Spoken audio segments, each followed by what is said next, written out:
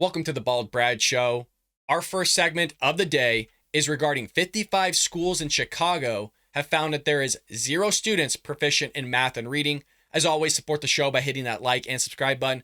Leaving us a short, sweet comment down below. Your help support would be greatly appreciated. Now, I did a similar story on this just about a week and a half, 2 weeks ago, where it came out that 23 schools were sampled in Maryland and found that those 23 schools in Baltimore also had 0 students proficient in math and reading. And then they basically expanded it and found that only 2% were roughly proficient in math and reading all across the board. Those numbers are kind of skewed in direction left or right, but the main purpose is now we have 55 other schools in Chicago, another Democrat-ran area, where students are not proficient in math and reading. Here's that segment on Fox News. Let's go ahead and roll it. Check this out. A stunning report from the Illinois Board of Education showing across 55 Chicago schools, 0 students, 0 are proficient in math or reading. But despite the numbers, the board is still rating some of these schools as commendable. Willie Preston is an Illinois state senator and father of 6 in Chicago. Willie, thank you for getting up early. This is shocking. This should alarm everyone in the country who has a kid in school. Yes, thanks for having me. I totally agree. I believe this is something that is a byproduct of some of our policies that we're taking during COVID. In fact, I think some of it is a byproduct, but what's going to happen here is that we're going to put all the blame on COVID and kind of throw the real issues under the rug of what's actually taking place in the education system. And I love how the anchor starts off with saying, well, this is pretty much a shock that we should all be surprised by this. No, we shouldn't. This has been going on for at least a decade. Even longer than that, we've had math proficiency and reading scores on a decline. So I think he's coming out of a world of ignorance here and kind of turning a blind eye, which I think a lot of Americans are doing to this situation. And I'm kind of even taking a small sample here with my channel of whenever I talk about the education system, as an educator myself, it is easily my least watched videos other than immigration, which are supposed to be the top 2 issues for Americans here. So when you have 55 schools in Chicago, a Democrat-ran area, have 0 students proficient in math and English, or reading rather, I'm sitting back going, well, that doesn't really surprise me. Yeah, it's a harsh number, but as somebody that's worked in the education system for about 5 years now, which isn't long whatsoever, to me, it's not a surprise. But what you're going to see here is he's going to talk about all the funding that's going into it, all the money that teachers are getting, which we're not, and all these things. And he's going to pin it on the teachers, where this guy's saying, hey, there's a lot of variables here that really go involved into a student's learning or a student's education that we might want to highlight. But I also don't like the fact that he's highlighting COVID here as one of the main causes as to why this year students all of a sudden aren't proficient in math and reading when they weren't proficient in math and reading even to begin with. My Congressman Jonathan Jackson, coined the phrase COVID learning loss. I wish that I could take credit for that, but I can't. And I'll tell you, this is a very serious issue, and one that as a father and as a lawmaker, I'm going to be addressing feverishly. As you should. Let us show our viewers this fiscal year, $9.4 billion has been allocated to Chicago's public school budget by the state. Add to that on top another $1.8 billion being given to the Chicago schools by the federal government. Willie, that's more than $10 billion, and you've got 0 proficient kids in 55 Chicago schools. Why did that happen? Well, what I can tell you is, one, government isn't the answer for all things. I think that we have to re-engage parents, have parents actively taking a role inside the schools when they can be. But in addition, we need to make certain that we spend our money in the right way as it pertains to our children's education. For instance, but Willie, let me stop you there for a second, though, because you said parents getting involved. Sure. Parents have been crying, pleading for better schools, for better classrooms. This is irrefutable evidence that these teachers, protected by teachers' unions, are not doing their job in teaching these kids when you literally... That is pure ignorance, and this is where I have a problem with it. I do agree that there's money going to the teachers union. I do agree with certain aspects of what he is saying, 100%. I actually, when I was an accountant, I used to listen to John and Ken on AM 640, which is a conservative or Republican or red a radio show. And when I would find out how much teachers are getting paid because they're government employees, it's all public, I used to be pissed because I knew back then, so you're going 15 years ago, of, wow, teachers aren't teaching, kids are not proficient in math and reading. Why are we paying them so much money? And now as an educator, I'm sitting there going, well, there's students that aren't proficient in math and reading. And I'm an educator going, I'm doing everything I possibly can. I'm using every strategy. I'm using every theory. I'm using everything that I was taught in my education, in my credentialing program to help and support these children. Thank God a lot of mine do extremely well. But to sit there and say, well, they aren't doing anything in the classroom or they aren't teaching to me, you guys, that is such BS. I'm sure there are teachers that are like that. I've had teachers like that in the past. But the vast majority are teaching in the classroom. If you think somebody's sitting there not doing anything, you are sorely mistaken. There's times where you might see a teacher sitting down at their desk, they're writing emails while the kids are working. If kids have questions, they raise their hand, the teacher can assist them. The teacher's checking for knowledge. There's so much that goes on in there that it's mind-blowing that he would sit there and go, well, the teachers are receiving all this money. There's $10 billion thrown at the education system, and there is a lot of money being thrown at it. But you can do everything you can as an educator to help an individual. If they don't want to be helped, if they don't want to take the time to learn mathematics, which takes a lot of mathematical practice outside of the classroom. There's a reason why we got 30 to 60 problems a night when we were kids. They're not doing that anymore. Some school districts are doing away with homework altogether. They don't have math homework. There's districts here in California that are giving them 5 problems a week of mathematics. No, I'm not kidding.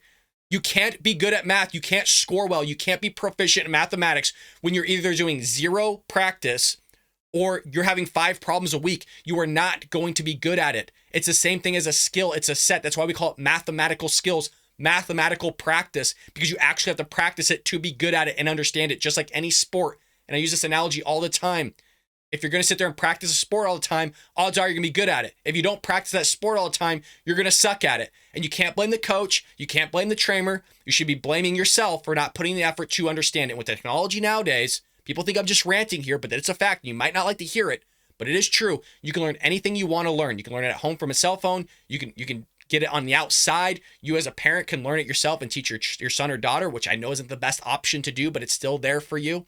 So all these things are there. I just don't like the fact that he's blaming all the teachers. There are teachers to blame. Trust me, I've even seen them myself. But to sit there and say that knucklehead thing, 100% disagree with. When you sample schools in Maryland and Chicago and you're going to blame it all on the teachers, statistically, that is extremely asinine. There's something bigger going on. You can't just put it all on COVID. Some of it you can. But like I said, what was going on before COVID then? Why were students not proficient in math and English or reading before COVID? That's the thing. Again, this is going to get thrown under the rug because we're going to blame it on COVID, then we're going to do something and yada, yada, yada. We have 0 students proficient in math and reading in 55 schools. If the numbers were low and substandard, maybe you could make the argument that it's a two-way street. But something's not happening in that classroom. Mind you, we just went last year through, in some areas of the country, these parents that were speaking out forcefully at the town halls were being labeled domestic terrorists. True. Well, I don't know that. I'm not saying true that they're terrorists. I actually agree with them here. I think schools should have been open. I taught in the classroom all through COVID. I think we were remote learning for about 2 weeks. Other than that, I was in front of students teaching them live in the classroom. There was shortened classes, so I had to do things virtually, use videos and things like that. But I agree, COVID did hurt. We should have had those kids back in the classroom. There were teachers' unions that were speaking on behalf of those that didn't want to be spoken on behalf of, that just wanted to go back to work. But yet, when you're part of a union, it's those that are in leadership that are advancing things. You don't really have a say in all of that. Yeah, you could be not unionized, which is what I was before, not under the union. Where are you going to go? You're going to work where there is no work. So you can't just throw everybody in a lump sum here. There's a lot of teachers that weren't pushing the stuff that this guy's talking about. There's a lot of teachers just want to go back in the classroom and teach. It's fair to lay this all at the feet of teachers. I think there are other factors, such as there are a lot of children that are facing homelessness, that are not attending classes regularly. There are a number of factors in addition to that. What we have to find, a lot of these schools, a lot of these children are coming from poverty-stricken communities. And I believe that as a community, we just can't focus on the dollars being put in the classrooms. We have to re-engage a working class, rebuilding working class communities. We have to have parents that are actually able to get their children to school every day on time inside of a classroom, fed with a lunch, so the kids are ready to learn every day. Willie, so when you have I hear you, but you're the father of 6. Walk in these shoes for a moment. If in one of your children's classes, not a single student was proficient in math and reading, would you not hold those teachers accountable?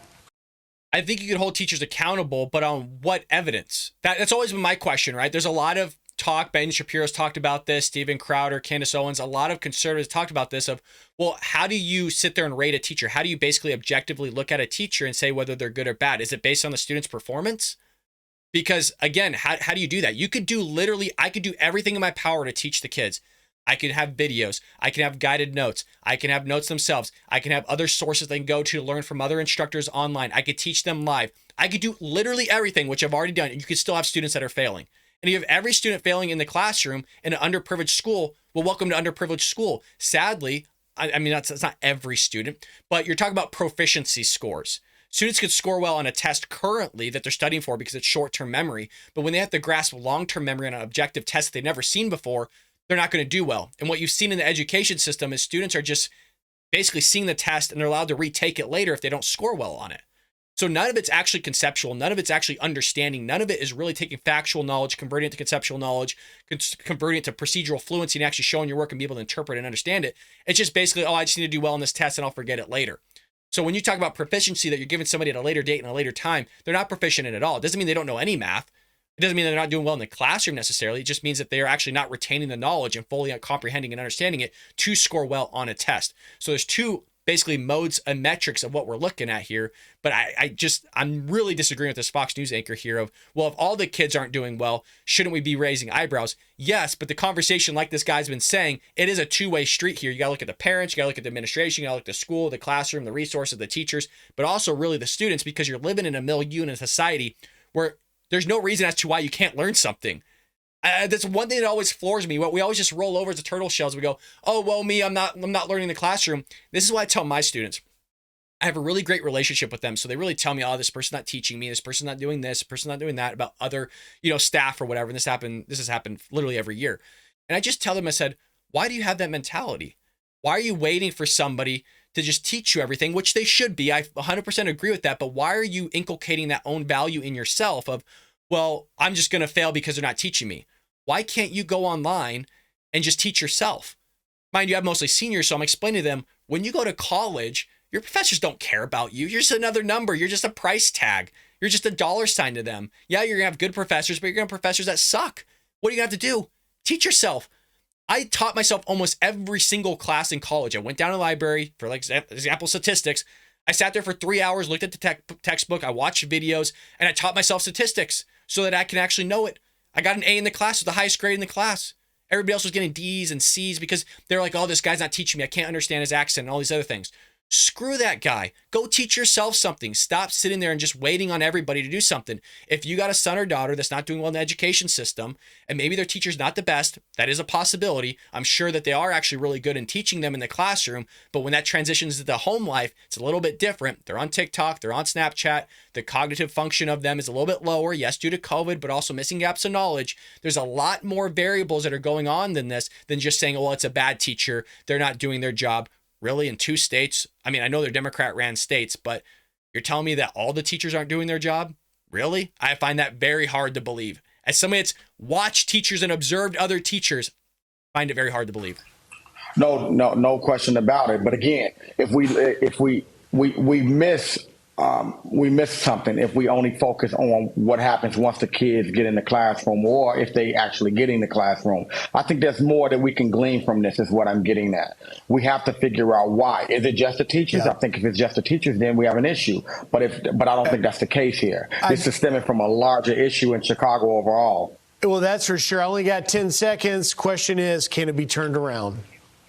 Absolutely. Yeah, hold the kids back. We don't hold anybody back anymore. When we grew up, guys, we were held back. There was times when you have a guy that's like 2 or 3 years older than you, and you're like, what are you still doing in my classroom? And it was embarrassing for him to be hanging out with people that are 3 years younger than him, and he's not progressing and everybody else is progressing. I mean, his friends have all graduated, but he's still hanging around. Yeah, hold them back. There's no consequences. Nobody gets held back anymore.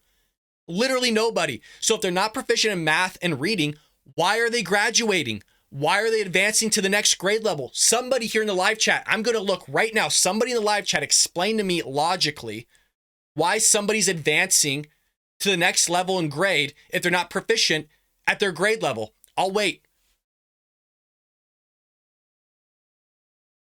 I don't know.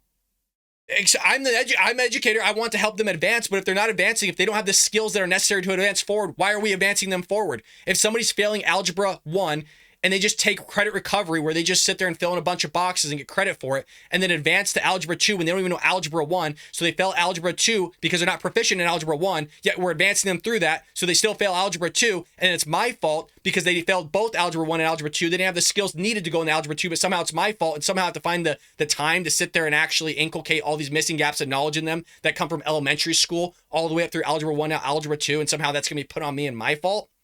You see how this is like a bigger issue, and I'm not venting or upset about it. I'm just waiting for an answer of like, why are we pushing kids through the system if they don't know the content? It's very simple. I know it sucks for that child that's already struggling at home, or maybe they have abusive parents, maybe they're in a rough social environment. I'm understanding of that, but just to sit there and be like, well, we'll create more stuff for them to help them advance and progress. We'll put teachers' assistants in the classroom. It's what we have been doing. The one thing we haven't been doing since Bush was in office with the No Child Left Behind Act is actually holding people back and holding them to a standard. And they don't have that standard. Great. You can just not graduate. See ya. Go to adult school if you want to figure it out. You'll figure it out later. Society will push you. You'll have to adapt to figure it out. But just pushing people through the system is crazy. And we've talked about how in Los Angeles many years ago, you had an underprivileged school where the students couldn't actually pass the high school exit exam to graduate high school. So rather than going, well, you don't graduate high school, what they do, they got rid of the exit exam. No, I'm not kidding. So we're just lowering the standards rather than raising them, putting people and students to a higher bar here of excellence so that they actually push forward and know that we're not messing around. Students just show up and they know you show up and tie your shoes and you sit in class, you'll basically pass. It can get turned around if we, again, reappropriate dollars to the classrooms the right way, make certain that every teacher has a teacher's aide, for instance. Mm-hmm. We can reappropriate it if we start to ensure that we have children and yep. that have parents that are able to actually have a stable home and yep. not just have kids running around from place to place and not knowing where their next meal is coming from. I mean, there's not much you could do with that as somebody that's a government official of making sure that somebody has, a solid home that they're living in.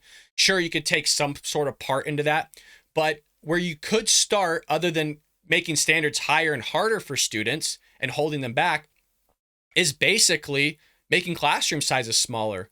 When you have 34 students, put it this way, math problems a lot of times take about 30 seconds to a minute to explain, depending on the level of math.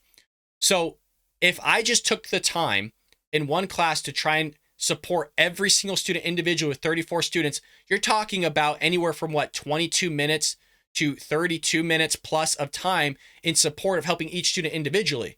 Well, there goes your class time. You can't. So if you want to actually help and provide and support these students, you would cut the class sizes down to 12 to 15 students individually, which is what it's supposed to be, by the way.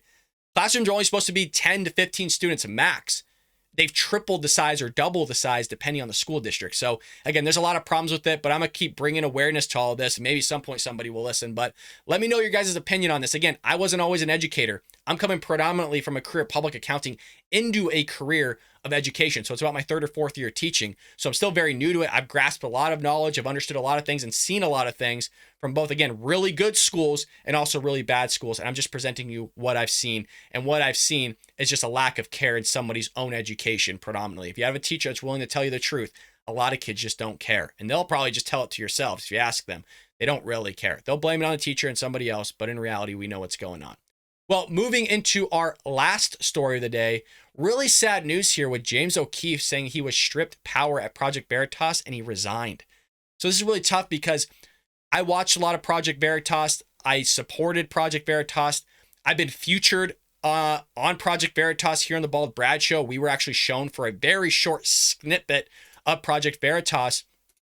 But we have here him basically resigning because he was stripped of all his duties. So James O'Keefe announced on Monday a break with Project Veritas, the investigative group he founded, while hinting at new journalism venture in the future, which is awesome because I watched the 45-minute video that he released to his employees. I'm not going to show you all of it. I'll show you a snippet of it. But he was basically saying that he's not done. He'll take a little bit of a break, and then he's going to start something new that's basically the same thing, and kind of implying that he's going to poach certain staff from Project Veritas. And I think Project Veritas is just going to be done just in general because I think a lot of the donors are going to sit there and take their funding and go wherever James O'Keefe is going. So it's only a matter of time if Project Veritas falls apart, or it's going to be basically a soft shell of what it was previously. So in a video posted to Vimeo on Monday from a Project Veritas office, O'Keefe said he was stripped of all decision-making last week, and he described some clashes with leadership. O'Keefe said he was relieved of his authority as the CEO for at least 180 days and removed from Project Veritas board of directors, citing board meeting notes. Quote, currently, I have no job at Project Veritas, he added. I have no position here based upon what the board has done. So I'm announcing to you all that today, on President's Day, I'm packing up my belongings here. O'Keefe also claimed he had an ultimatum to the board to resign, which was not heeded, and he hinted at a future beyond Project Veritas. Our mission continues on. I'm not done. The mission will perhaps take on a new name. The Project Veritas board released a statement Monday evening saying O'Keefe has been suspended indefinitely pending a third-party investigative audit report. The statement said O'Keefe not only faced allegations of financial malfeasance, but also improperly fired the group's chief financial officer. Quote, even with all this public fallout, the board still wants me to speak with James, the board said. We do not fire him or did not fire him, nor do we want him to resign. We would like to continue conversation with James to resolve internal matters rather than litigate them publicly, which it doesn't sound like that's really the truth from what at least O'Keefe is saying. It seems like they're really targeting this guy, and they really done it from within. And he even had a great quote. I'm not sure if it's in this article, but basically talking about how when he first started Project Veritas, there was a gentleman that, I don't know if it was an investor or a close friend to him or a mentor, basically said that you're not going to be destroyed from the outside. If Project Veritas were to fail, it's going to be from the inside. And it was kind of prophetic, because that's basically exactly what happened. You had these 16 employees that some of them didn't even actually witness any of this stuff, but they still signed the letter of malfeasance from James O'Keefe. O'Keefe, who founded the nonprofit, famous for its sting operations, in 2011, claimed he had issued an ultimatum to the board to resign, which was not heeded. Word of internal strife at Project Veritas burst into the public view when New York Magazine influencer website reported on February 8th that O'Keefe took a paid leave from his leadership position while the board weighed his future with the company.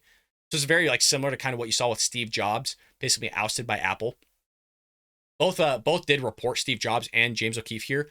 Basically, there's a massive, I don't want to say episode of depression, but just pure sadness. I mean, James O'Keefe, I think he said he lost about 8 pounds from this whole ordeal, and sleep as well. Very heavy on his heart with what took place. I mean, this is a guy that literally started this from the ground up. He described how he didn't even have money for tape or bubble gum, and he had to sit there and create certain boards and signs just to progress something forward, his company, and now he's basically having it stripped and taken away from him.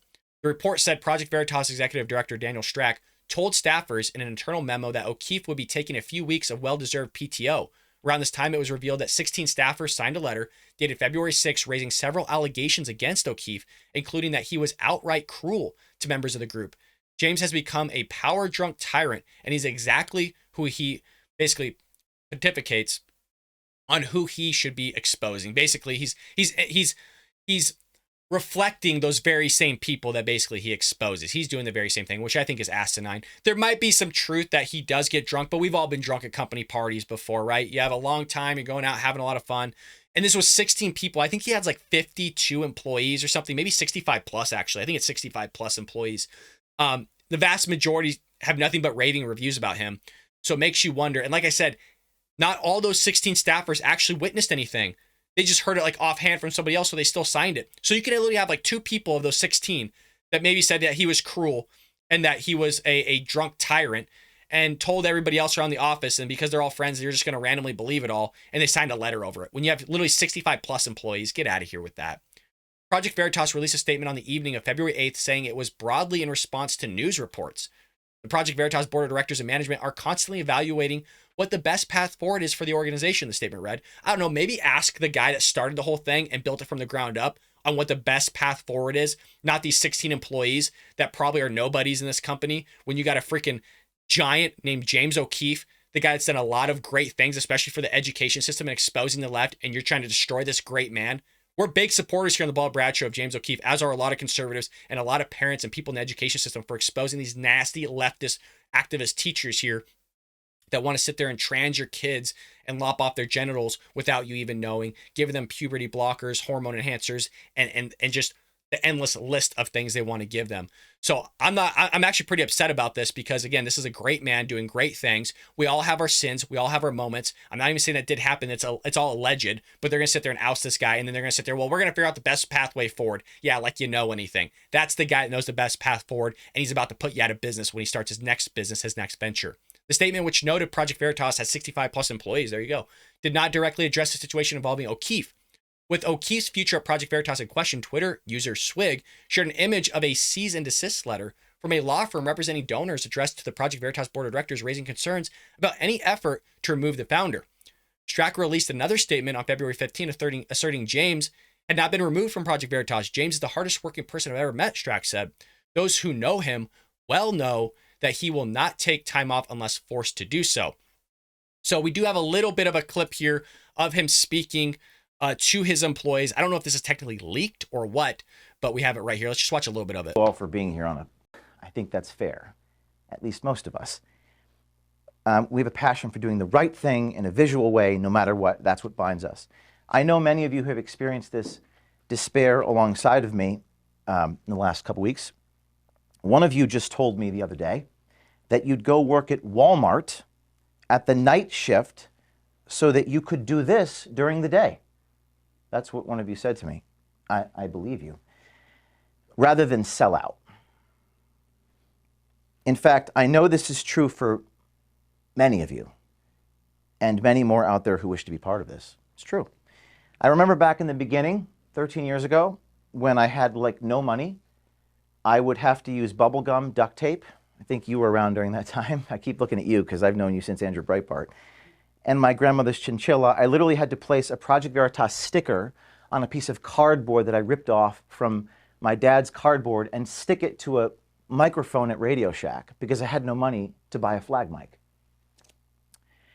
And this was after experiencing a meteoric high of the Acorn story. I was up and I was down, and I was broke again, and I was arrested, and then crashed down to a meteoric low, back in the carriage house, resorting once again to bubble gum and duct tape to achieve the NPR investigation that took us yet again to a meteoric high. So he goes on there. It's 44 minutes.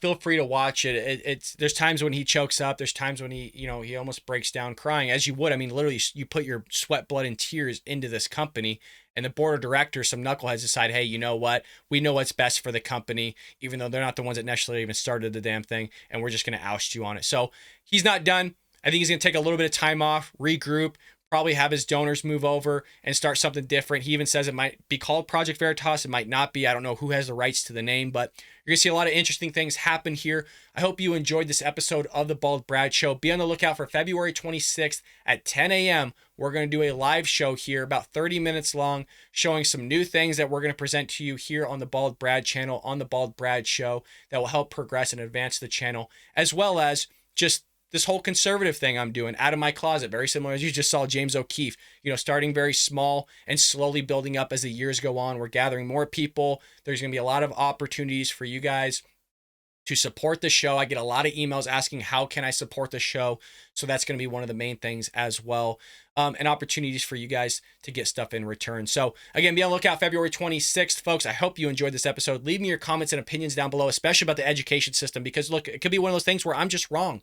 Maybe I'm so tunnel vision because I'm an educator now myself. Maybe I'm biased or whatever it may be, but that's why I rely on you guys. Sometimes we need those people around us, our own milieu, to sit there and bring us back to the center again and go, hey, this is probably what's really going on, or hey, you're wrong. And that, that's the way we fix our thinking. Now, I'm not saying those would be right or wrong. It's something I have to sit there and internalize myself and reflect on. So as always, hit that like and subscribe button. And folks, I'll see you tomorrow here on The Bo Brad Show.